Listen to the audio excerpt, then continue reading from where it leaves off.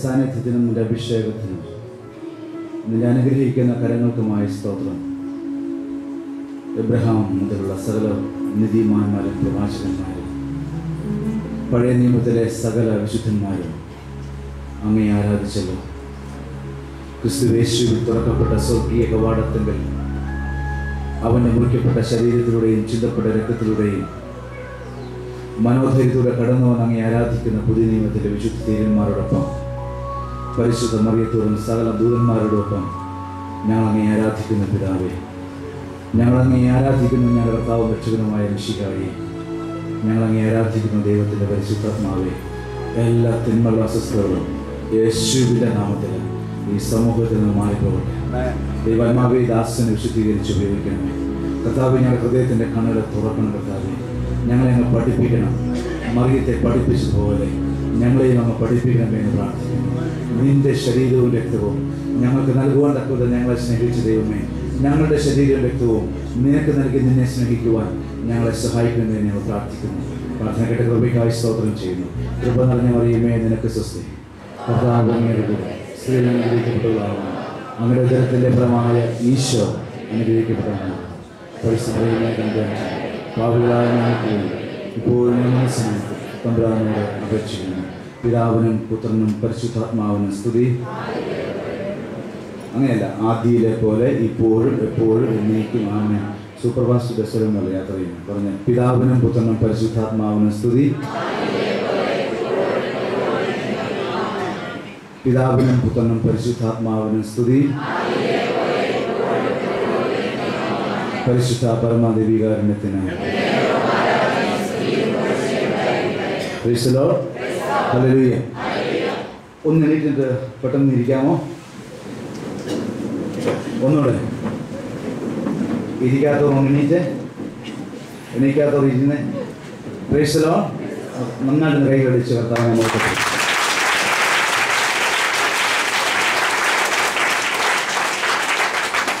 മരം പെയ്യുന്ന പോലെയല്ല, മഴ പെയ്യുന്ന പോലെ കൈകൊട്ടിക്കുക.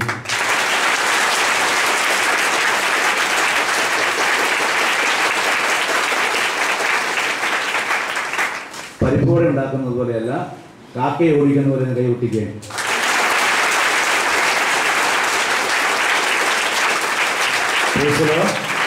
ഹല്ലേലൂയ.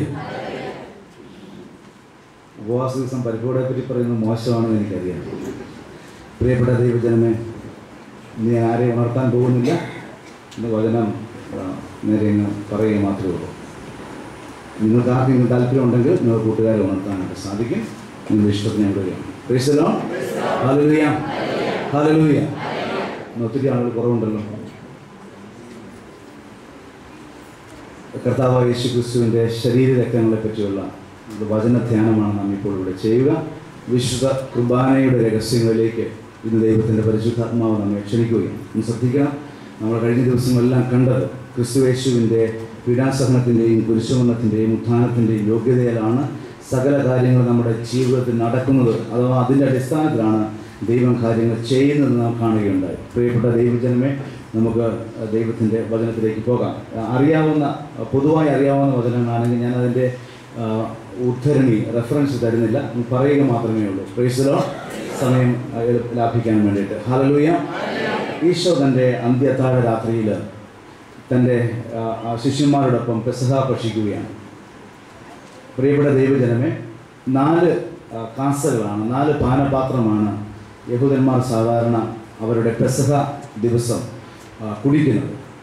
ഇതിൽ അവസാനത്തെ കാസ എന്ന് പറയുന്നത് വരാനിരിക്കുന്ന, ഇപ്പോൾ യഹൂദന്മാരെ സംബന്ധിച്ചിടത്തോളം മിശിഹായെ പ്രതീക്ഷിച്ചിരിക്കുകയാണ്. വരാനിരിക്കുന്ന മിശിഹായ്ക്ക് വേണ്ടി അഥവാ മിശിഹായെ പ്രതീക്ഷിച്ചുകൊണ്ടാണ് അവർ 4ാമത്തെ കാസ അഥവാ പാനപാത്രം അഥവാ ആ കപ്പിലെ വീഞ്ഞ് കുടിക്കുക. അതുകൊണ്ടാണ് സങ്കീർത്തനം 118 22 തോന്നുന്നു. നോക്കിക്കേ, ഇത് കർത്താവ് ദിവസമാണ്, നമുക്കിന്ന് 27 പ്രൈസ് ദി ലോർഡ്. സങ്കീർത്തനം 118 22-24 പ്രൈസ് ദി ലോർഡ്. പെട്ടെന്ന് ഹല്ലേലൂയ. 24 സങ്കീർത്തനം 118 24 അത് കർത്താവ് സൃഷ്ടിച്ച ദിവസമാണ്, നമുക്കിന്ന് സന്തോഷിച്ചുല്ലസിക്കാം. അതായത് മിശിഹ വരുന്ന ദിവസം, അഥവാ മിശിഹായോടൊപ്പം പെസഹ കുഞ്ഞാടും പാപപരിഹാര കുഞ്ഞാടുമായിരിക്കുന്ന മിശിഹായാകുന്ന ആ വലിയ പാനപാത്രത്തിൻ്റെ ഓർമ്മ, ആ വലിയ സഹന ബലിയുടെ ഓർമ്മയെല്ലാം മനസ്സിൽ സൂക്ഷിച്ചുകൊണ്ട് വരാനിരിക്കുന്ന മിശിഹായ്ക്ക് വേണ്ടിയാണ് യഹൂദന്മാർ തങ്ങളുടെ പെസഹ ദിവസം ഈ പാനപാത്രം അവർ ആശീർവദിച്ച് കുടിക്കുക. അന്ന് അവർ പാടുന്ന സങ്കീർത്തന ഭാഗമാണ്, ഇത് കർത്താവ് സൃഷ്ടിച്ച ദിവസമാണ്, നമുക്കിന്ന് സന്തോഷിച്ച് ഉല്ലസിക്കാം. അതായത് മിശിഹായുടെ ദിവസത്തെപ്പറ്റി, മിശിഹ തരുന്ന രക്ഷയെപ്പറ്റി, ആ രക്ഷയുടെ പാനപാത്രം ഉയർത്തി ഞാൻ കർത്താവിനെ സ്തുതിക്കുമെന്ന് 116 സങ്കീർത്തനത്തിൽ പറയുന്നുണ്ട്. അത് യേശു ക്രിസ്തു ആകുന്ന രക്ഷയുടെ പാനപാത്രം. നമ്മുടെ പാട്ടിലൊക്കെ ഇസ്രായേലിൻ രാജാവേ ആ പാട്ടാണ് നമ്മൾ പറയുന്നുണ്ട്, രക്ഷയെ ഞാൻ ഉയർത്തിയിടുമേ. രക്ഷയെ ഉയർത്തിയെന്ന് പറഞ്ഞാൽ രക്ഷയുടെ പാനപാത്രം ഉയർത്തി ഞാൻ പാടുമെന്ന 116 സങ്കീർത്തനത്തിൽ ദാവീദ് പാടുന്ന പാട്ടിനെ പറ്റിയാണ് പറഞ്ഞത്. അപ്പോൾ ഇവർക്ക് വളരെ നല്ലൊരു പ്രതീക്ഷയുണ്ട്, മിശിഹ വരും. അവനെ ഓർക്കാനായിട്ട് അവർ ഉപയോഗിക്കുന്നത് പാനപാത്രമാണ്, അഥവാ കാസയുടെ കപ്പാണ് അവർ ഉപയോഗിക്കുക. കാരണം അവൻ ബലിയായി തീരാനുള്ളവനാണ്, അവൻ രക്തം ചിന്താനുള്ളതാണ്. നിത്യമായ എന്നേക്കുമുള്ള ഏക ബലി അർപ്പിച്ച് സ്വർഗത്തിൻ്റെ കവാടം, എന്നേക്കുമായി അടഞ്ഞുപോയ ഏദൻ്റെ കവാടം തുറക്കുവാൻ അധികാരമുള്ളവനും അവകാശമുള്ളവനും കരുണയുള്ളവനും സ്നേഹമുള്ളവനും മിശിഹായാണെന്നുള്ള ഉത്തമമായ വിശ്വാസത്തിൻ്റെ പ്രഖ്യാപനം എല്ലാ പെസഹ രാത്രികളിലും ഇസ്രായേൽ ജനത 118 സങ്കീർത്തനം 24 വാക്യം വായിച്ച് ഈ വചനം ആഘോഷിച്ച പാനപാത്രം കുടിച്ചുകൊണ്ട് അവർ കർത്താവിനെ സ്മരിക്കുകയും നന്ദി പറയുകയും പ്രതീക്ഷയോടെ കാത്തിരിക്കുകയും ചെയ്യും. Praise the Lord. Hallelujah. Isho തൻ്റെ പെസഹ രാത്രിയിൽ ഈശോ ഇത് തന്നെ ചെയ്യുകയാണ്. അവൻ തൻ്റെ അവസാനത്തെ കപ്പെടുക്കുമ്പോൾ ഈശോ സാക്ഷാൽ സങ്കീർത്തനം 24 പ്രവചനത്തെ പൂർത്തീകരിച്ചു. അവനാകുന്ന പാനപാത്രത്തെ ആശീർവദിക്കും. അവനിലെ രക്തത്തെ നമുക്ക് വേണ്ടി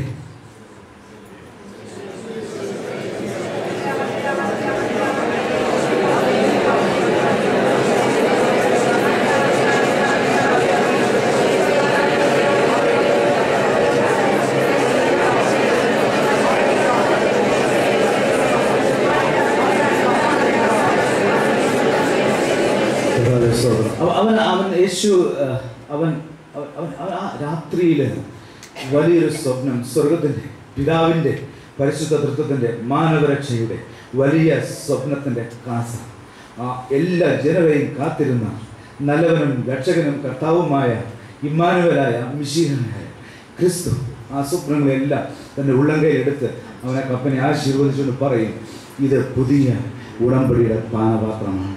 അവനത് പറഞ്ഞിട്ട് അവൻ പറയും, ഏറ്റവും പ്രധാനപ്പെട്ട കൽപ്പന കൊടുക്കും, ഇത് നിങ്ങൾ എൻ്റെ ഓർമ്മയ്ക്കായിട്ട് ചെയ്യണം. Price the Lord. ഏറ്റവും ഉന്നതമായ പ്രപഞ്ചത്തെ ദൈവം കർത്താവ് കൊടുക്കുന്ന ഏറ്റവും അവസാനത്തെ കൽപ്പനയാണിത്. യേശു സ്വർഗത്തിലേക്ക് പോകുന്നതിന് മുമ്പ് അവൻ തന്നെ മുറിക്കുന്നതിന് മുമ്പ്, അവൻ്റെ രക്ഷയുടെ പൂർത്തീകരണത്തിൻ്റെ യാഗം അർപ്പിക്കുന്നതിന് മുമ്പ്, സ്വർഗപിതാവിന് തൃപ്തികരമായ ഏക ബലി അർപ്പിക്കുന്നതിന് മുമ്പ് ദൈവം ചെയ്യുന്ന അത്യുന്നതമായ ഏക കൽപ്പനയാണ്, ഇത് നിങ്ങൾ എൻ്റെ ഓർമ്മയ്ക്കായി ചെയ്യുവിൻ. ഇതൊരു ഓപ്ഷൻ അല്ല, ഇതൊരു തിരഞ്ഞെടുക്കാനുള്ള വിഷയമല്ല, ഇത് നിർബന്ധമായി ദൈവം തരുന്ന കൽപ്പനയാണ്. അവസാനത്തെ കൽപ്പനയാണ്, ആത്യന്തിക കൽപ്പനയാണ്, നിലനിൽക്കുന്ന കൽപ്പനയാണ്, എല്ലാ കൽപ്പനകളുടെയും സാരാംശമാണ്. ഇത് നിങ്ങൾ എൻ്റെ ഓർമ്മയ്ക്കായിട്ട് ചെയ്യണമെന്നുള്ള കൽപ്പന. പ്രിയപ്പെട്ട ദൈവജനമേ, ഇതിനകത്ത് രണ്ട് കാര്യങ്ങളാണ് ഈശോ ഉൾക്കൊള്ളിക്കുന്നത്. ഒന്ന്, ഈശോയെ ഓർക്കണമെന്ന് മാത്രമല്ല, എന്നെ ദൈവപിതാവ് ഓർക്കുവാൻ, നിന്നെ ദൈവപിതാവ് ഓർക്കുവാൻ, ഇതല്ലാതെ മറ്റൊരു മാർഗമില്ലെന്നും ഈശോ പഠിപ്പിക്കുകയാണ്. നിങ്ങൾ എൻ്റെ ഓർമ്മയ്ക്കായി ഇത് ചെയ്യണമെന്ന് പറയുമ്പോൾ നമ്മളുടെ ഓരോരുത്തരുടെയും നിങ്ങളുടെ പാപങ്ങൾക്ക് വേണ്ടി ചിന്തപ്പെട്ട, കർത്താവിൻ്റെ ഭാഷയിൽ പറഞ്ഞാൽ സകല ജനതകളുടെയും പാപങ്ങൾക്കും ശാപങ്ങൾക്കും രോഗസൗഖ്യത്തിനും വേണ്ടി, സ്വർഗ്ഗം തുറക്കുന്നതിന് വേണ്ടി, നരകത്തെയും അന്ധകാരത്തെയും ആത്മീയ തലത്തിൽ പരാജയപ്പെടുത്തുന്നതിന് വേണ്ടി യേശു ക്രിസ്തു ചെയ്യുന്ന ഹല്ലേലൂയ ആ പ്രവൃത്തിയെ നാം ഓർക്കണമെന്ന് മാത്രമല്ല ഈശോ പറയുന്നത്. സ്വർഗത്തിലെ പിതാവ് നിങ്ങളെ ഓർക്കുവാനായിട്ട്, സ്വർഗത്തിലെ പിതാവിന് നിങ്ങളെ സ്വീകരിക്കുവാനും അംഗീകരിക്കുവാനുമായിട്ട്, ലോകത്തിൽ മനുഷ്യരായി പിറന്ന ജനങ്ങളെപ്പറ്റി സ്വർഗപിതാവിന് ഓർമ്മിക്കുവാനായിട്ട്, ആ കരുണയോടെ അവരെ ദൈവപിതാവ് നോക്കുവാനായിട്ട്, നീതിമാനും വിധികർത്താവുമായ സ്വർഗത്തിലെ പിതാവ് നിങ്ങളോട് കരുണ കാണിക്കുന്നതിന് വേണ്ടി അവനെ ഓർമ്മിപ്പിക്കുവാൻ നിങ്ങൾക്കൊരു കാര്യമേ അവൻ്റെ മുമ്പിൽ പറയാനുണ്ടാവുകയുള്ളൂ. അത് മറ്റൊന്നുമല്ല, ഈ ഞാനാണ് മുറിക്കപ്പെട്ട എൻ്റെ ശരീര രക്തങ്ങൾ മാത്രമാണ് പിതാവിൻ്റെ ഹൃദയത്തിലേക്ക് പ്രവേശിക്കുവാൻ, പിതാവിൻ്റെ കൃപാസനത്തിന് മുമ്പിൽ പ്രവേശിക്കുവാൻ, പിതാവിൻ്റെ അതിവിശുദ്ധ സിംഹാസനത്തിന് മുമ്പിലേക്ക് പ്രവേശിക്കുവാൻ, സ്വർഗമാകുന്ന അതിവിശുദ്ധ സ്ഥലത്തേക്ക് പ്രവേശിക്കുവാൻ, ഒരു മനുഷ്യനെ യോഗ്യനാക്കുവാനും ആ യോഗ്യതയുടെ ആവരണം സ്വർഗപിതാവ് അവൻ്റെ മേൽ ഇട്ടുകൊടുക്കുവാനും വേണ്ടി പ്രപഞ്ചത്തിൽ ആകാശത്തിന്റെ കീഴിൽ മനുഷ്യരുടെ ഇടയിൽ ഒരൊറ്റ പ്രവൃത്തിയെ ഉള്ളൂ എന്ന് ദൈവം വ്യക്തമായി, ഈശോ വ്യക്തമായി നമ്മെ പഠിപ്പിക്കുകയാണ്. അതുകൊണ്ട് ഈശോ പറയും, പിതാവായ ദൈവം നിങ്ങളെ ഓർക്കാനും വേണ്ടി നിങ്ങളിത് ചെയ്തേ മതിയാവുകയുള്ളൂ. ഈ രണ്ട് കാര്യങ്ങളും ഒരേ സമയം ഈശോ ഈ കൽപ്പന ഉൾക്കൊള്ളിക്കുകയാണ്. എൻ്റെ ഓർമ്മയ്ക്കായി നിങ്ങൾ ഇത് ചെയ്യണം, നിങ്ങൾ എന്നെ ഓർക്കണം, നിങ്ങൾ എന്നെ ഈ ഒരു മുറിക്കപ്പെടുന്ന അപ്പത്തിലൂടെ, വാഴ്ത്തപ്പെടുന്ന കാസയിലൂടെ, പാനപാത്രത്തിലൂടെ, അഥവാ അവന്റെ ശരീര രക്തങ്ങളുടെ വലിയ യാഗത്തിന്റെ ആത്മീയ സംഭവത്തിന്റെ അടിസ്ഥാനത്തിൽ നിങ്ങൾ എന്നെ ഓർക്കുമ്പോൾ നിശ്ചയമാണ് സ്വർഗം നിങ്ങളെ ഓർക്കും. പിതാവായ ദൈവം നിങ്ങളെ ഓർക്കും. നിങ്ങളുടെ മേൽ അവൻ പരിശുദ്ധാത്മാവിനെ അയക്കും. ഇതാണ് പ്രിയപ്പെട്ട ദൈവജനമേ അവസാനത്തെ കൽപ്പനയുടെ തീക്ഷ്ണത. പരിശുദ്ധ തൃത്വത്തിന്റെ ഹല്ലേലൂയ മുഴുവനും സാന്നിധ്യം ഇറങ്ങുവാൻ സഹായകമായ അത്യുന്നതമായ ദൈവവചന ശുശ്രൂഷ, അത്യുന്നതമായ ആരാധനയുടെ രൂപം, അത്യുന്നതമായ ഹല്ലേലൂയ ആത്മീയമായ സംഭവം എന്ന് പറയുന്നത് ഇതാണെന്ന് ഈശോ പഠിപ്പിക്കുകയാണ്. അതുകൊണ്ട് പല ആളുകളും പറയുമായിരിക്കും ഇതൊരു ഓർമ്മ മാത്രമാണെന്ന്. ഇത് ഓർമ്മ മാത്രമാണെന്ന് ഈശോ എങ്ങും പറയുന്നില്ല, ബൈബിൾ അങ്ങനെ പഠിപ്പിക്കുന്നില്ല. പല ആളുകളും അങ്ങനെ പറയാറുണ്ടാകും. പക്ഷെ തെറ്റിദ്ധരിക്കരുതേ, ഇത് ഓർമ്മയല്ല, ഇത് കൽപ്പനയാണ്. നിങ്ങൾ do this in remembrance of me. നിങ്ങൾ ഇത് ചെയ്തേ മതിയാവുകയുള്ളൂ, നിങ്ങൾ എന്നെ ഓർക്കുവാനും സ്വർഗം എന്നെ ഓർക്കുവാനും. അതുകൊണ്ടാണ് ഹല്ലേലൂയ 1 കൊരിന്ത്യസ് ലേഖനം 11-ാം അധ്യായത്തിന്റെ 25-ാമത്തെ വാക്യം നമുക്കൊന്ന് വായിച്ചു നോക്കാം. 1 കൊരിന്ത്യസ് ലേഖനം 11-ാം അധ്യായത്തിന്റെ 25-ാമത്തെ വാക്യം പെട്ടെന്ന്. നമുക്കറിയാം, യേശു ക്രിസ്തുവിന്റെ പെസഹ രാത്രിയിൽ അവൻ അപ്പം മുറിക്കുന്ന ദിവസം, ആ സമയത്ത് പൗലോസ് അപ്പോസ്തലൻ അവിടെ ഇല്ലായിരുന്നു. കാരണം പൗലോസ് അപ്പോസ്തലൻ പിന്നീടാണ് വിശ്വാസിയായി കർത്താവിന്റെ സഭയിലേക്ക് കടന്നു വരുന്നത്. സംഭവം നമുക്കറിയാം. അവന്റെ 12 അപ്പോസ്തലന്മാരും കൂടെ ഉണ്ടായിരുന്നു നമുക്കറിയാം. പക്ഷെ പൗലോസ് ആ സമയത്ത് അപ്പോസ്തല സംഘത്തിൽ ഇല്ലായിരുന്നു, വിശ്വാസ സമൂഹത്തിലും ഇല്ലായിരുന്നു. പിന്നീടാണ് വരുന്നത്. പൗലോസ് വിജാതിയരുടെ അപ്പോസ്തലനായി കർത്താവിനാൽ അഭിഷേകം ചെയ്യപ്പെടുകയും അനേക ദേശങ്ങളിലേക്ക് സുവിശേഷവുമായി കടന്നു പോവുകയും ഒരുപക്ഷെ 1-ാം നൂറ്റാണ്ടിൽ ഏറ്റവും അധികം ദേശങ്ങളിലും ഏറ്റവും അധികം ജനസമൂഹങ്ങളോടും ഭാഷാ വിഭാഗങ്ങളോടും സാംസ്കാരികമായി ഭിന്നമായിരുന്ന സമൂഹങ്ങളോട് ഏറ്റവും അധികം സുവിശേഷം പറഞ്ഞതും സുവിശേഷ യാത്ര, പ്രേക്ഷിത യാത്ര നടത്തിയതും പൗലോസ് അപ്പോസ്തലനാണ്. അതുകൊണ്ട് പൗലോസ് അപ്പോസ്തലൻ ഒരു കാര്യത്തിന്റെ തീഷ്ണതയിൽ കുറവുണ്ടാകരുത് ആർക്ക് ആഗ്രഹമുണ്ട്? കർത്താവ് യേശുവിന് ആഗ്രഹമുണ്ടായിരുന്നു. പൗലോസ് അപ്പോസ്തലൻ ഗമാലിയേലിന്റെ ശിഷ്യനായതുകൊണ്ടും ഒരു പരിസേയനായിരുന്നുകൊണ്ടും ചെറുപ്പം മുതൽ വിശുദ്ധ ലിഖിതങ്ങൾ വള്ളിപുള്ളി വ്യത്യാസമില്ലാതെ പഠിച്ചിരുന്നതുകൊണ്ടും ദൈവത്തിന്റെ പരിശുദ്ധാത്മാവിനും ഒരു നിമിഷം കൊണ്ട് വിശുദ്ധ ലിഖിതങ്ങളിലെ മുഴുവൻ പ്രവചനങ്ങളും അതിന്റെ വാഗ്ദാനങ്ങളും മിശിഹായെ പറ്റിയുള്ള പ്രവാചകന്മാരുടെയും സങ്കീർത്തനങ്ങളുടെയും തോറയിൽ എഴുതിയിരിക്കുന്ന പഞ്ചഗ്രന്ഥത്തിൽ എഴുതിയിരിക്കുന്ന സകല കാര്യങ്ങളും പഠിപ്പിക്കുവാനായിട്ട് പഠിപ്പിക്കുവാനായിട്ട് പരിശുദ്ധാത്മാവിനെ സാധിച്ചു. കാരണം വിശുദ്ധ ലിഖിതങ്ങൾ മുഴുവൻ ആളുടെ മനസ്സിലുണ്ടായിരുന്നു, പൗലോസിന്റെ മനസ്സിലുണ്ടായിരുന്നു. അതുകൊണ്ട് ആ ഒരു മൂടുപടം മാത്രം നീക്കിയാൽ മതിയായിരുന്നു. കണ്ണിലുണ്ടായിരുന്ന ആ ഒരു ചിദംബൽ പോലെ ആത്മീയമായ അന്ധതയുടെ ആ വലിയ ചിദംബല്, ആ ഒരു തിമിരം, ആത്മീയ അന്ധത മാറ്റേണ്ട ആവശ്യം മാത്രമേ ഉണ്ടായിരുന്നുള്ളൂ. ദൈവസ്ഥലം ക്രിസ്തുവിന്റെ സ്വരം കുതിരപ്പുറത്ത് യാത്ര ചെയ്യുമ്പോൾ അവൻ അത് കേൾക്കുകയും അവന്റെ കണ്ണിൽ നിന്നും പിന്നീട് ആ ആത്മീയ അന്ധത പോവുകയും അവൻ വിശുദ്ധ ലിഖിതങ്ങളെ ആത്മീയമായ പരിശുദ്ധാത്മാവിന്റെ കണ്ണുകൊണ്ട് നോക്കി കാണുകയും ചെയ്തപ്പോൾ അവനൊന്നും മനസ്സിലായി. നസറത്തിൽ സ്ത്രീയുടെ സന്തതിയായി പിറന്നവനാൻ തന്നെയാണ് വരാനിരിക്കുന്ന മിശിഹാ എന്ന് ക്രിസ്തു എന്ന് അവൻ മനസ്സിലായി. പക്ഷേ എല്ലാ കാര്യങ്ങളും മനസ്സിലാക്കുമ്പോഴും ക്രിസ്തുവേശുവിന് നിർബന്ധമുണ്ടായിരുന്നു. എല്ലാ സംഭവങ്ങളുടെയും പൂർത്തീകരണമായ അവന്റെ അന്ത്യത്താഴത്തിന്റെ സുന്ദരമായ കൽപ്പനയെ പൗലോസ് അപ്പോസ്തലൻ ആരും പറഞ്ഞു കേട്ടാൽ അറിയേണ്ടത് എന്റെ നായിബിൽ നിന്ന് തന്നെ ഞാൻ തന്നെ അവനെ പഠിപ്പിക്കണമെന്ന് ക്രിസ്തുവേശുവിന് ആഗ്രഹമുണ്ടായി. കാരണം സുവിശേഷങ്ങളുടെ ഏറ്റവും കരുത്തുറ്റ പ്രബോധനമാണ് യേശു ക്രിസ്തുവിന്റെ പെസഹ രാത്രിയിലെ പ്രബോധനം. പുതിയ ഉടമ്പടി മുദ്ര വയ്ക്കുന്ന അവന്റെ തിരുരക്തം ഉൾക്കൊള്ളുന്ന വിശുദ്ധ ഖാസയുടെ 118 സങ്കീർത്തനത്തിന്റെ 24 വചനത്തെ സാക്ഷി നിർത്തി പരിശുദ്ധാത്മാവ് എന്ത് പ്രവാചകന്മാരുടെ സംസാരിച്ചുവോ അതിന്റെ പൂർണ്ണതയുടെ നിമിഷങ്ങളിൽ എല്ലാം പൂർത്തിയാക്കുന്ന കാൽവരിയുടെ കുരിശിന്റെ മുകളിൽ എല്ലാം പൂർത്തിയായി എന്ന് പറയുന്നതിന് മുമ്പ് അതിനെ പൂർത്തിയാക്കുന്ന ആത്മീയ മണ്ഡലങ്ങൾ അവന്റെ ശരീരക്തങ്ങളെ രണ്ടായി വിഭജിച്ച് തന്നെ സ്നേഹിക്കുന്ന സകല ജനത്തിനും വേണ്ടി വിളമ്പി കൊടുക്കുമ്പോൾ അതിന്റെ സുന്ദരമായ കരുത്തും അതിന്റെ ചൈതന്യവും അതിന്റെ തീഷ്ണതയും അതിന്റെ അഭിഷേകവും അതിന്റെ ശക്തിയും അതിന്റെ പ്രാധാന്യവും തന്റെ പ്രിയ ശിഷ്യൻ വിജാതിയോട് സുവിശേഷം പ്രസംഗിക്കുന്ന ശിഷ്യൻ പൗലോസ് അറിയാതിരിക്കരുത് നിർബന്ധമുണ്ടായിരുന്ന ക്രിസ്തു നേരിട്ട് പൗലോസിന് പ്രത്യക്ഷപ്പെട്ട് പറഞ്ഞു, അവനെ പഠിപ്പിച്ചു. അവന്റെ മുമ്പിലിരുന്ന് ക്രിസ്തുവേശു അവനെ പഠിപ്പിക്കുകയാണ് തന്റെ അവസാന രാത്രിയിൽ എന്തു സംഭവിച്ചു എന്ന്. പ്രിയപ്പെട്ടവരെ, ആ ഒരു കാര്യമാണ് 11-ാം അധ്യായം കൊരിന്ത്യസ് ലേഖനത്തിന്റെ 22 മുതലുള്ള വാക്യങ്ങൾ തുടങ്ങുന്ന. ശിശു വായിക്കാമോ ആ പാരഗ്രാഫ്? കർത്താവിൽ നിന്ന് എനിക്ക് ലഭിച്ചതും ഞാൻ നിങ്ങളെ ഭരമേൽപ്പിച്ചതുമായ കാര്യം ഇതാണ്. കർത്താവിൽ നിന്ന് എനിക്ക് ലഭിച്ചതും, എനിക്ക് നേരിട്ട് ലഭിച്ചതും ഞാൻ നിങ്ങളെ നിർബന്ധിച്ചു ഭരമേൽപ്പിച്ചതും ഉപദേശമായിട്ടല്ല, ഭരമേൽപ്പിക്കുകയാണ്. നിർബന്ധമായി കർത്താവ് പറഞ്ഞതുകൊണ്ട് പൗലോസ് അപ്പോസ്തലൻ സഭകളിൽ ഭരമേൽപ്പിച്ച കാര്യമാണ് എന്ത്? തിരുശരീരങ്ങളുടെ വിശുദ്ധ കുർബാനയുടെ മുറിക്കപ്പെടുന്ന അപ്പത്തിന്റെയും വാഴ്ത്തപ്പെടുന്ന പാനപാത്രത്തിന്റെയും കൽപ്പന പൗലോസ് അപ്പോസ്തലനോട് കർത്താവ് നിർബന്ധമായും പഠിപ്പിക്കണം, സഭകളിൽ ഫലമേൽപ്പിക്കണം എന്ന് പറഞ്ഞതിന്റെ അടിസ്ഥാനത്തിൽ അവൻ എഴുതുകയാണ്, ഞാൻ നിങ്ങളെ ഫലമേൽപ്പിച്ചതുമായ കാര്യം ഇതാണ്. കർത്താവായ യേശു താൻ ഒറ്റിക്കെടുക്കപ്പെട്ട രാത്രിയിൽ അപ്പമെടുത്ത് കൃതജ്ഞത അർപ്പിച്ചതിന് ശേഷം അത് മുറിച്ചുകൊണ്ട് അരുളി ചെയ്തു, ഇത് നിങ്ങൾക്ക് വേണ്ടിയുള്ള എൻ്റെ ശരീരമാണ്, എൻ്റെ ഓർമ്മക്കായി നിങ്ങൾ ഇത് ചെയ്യുവിൻ.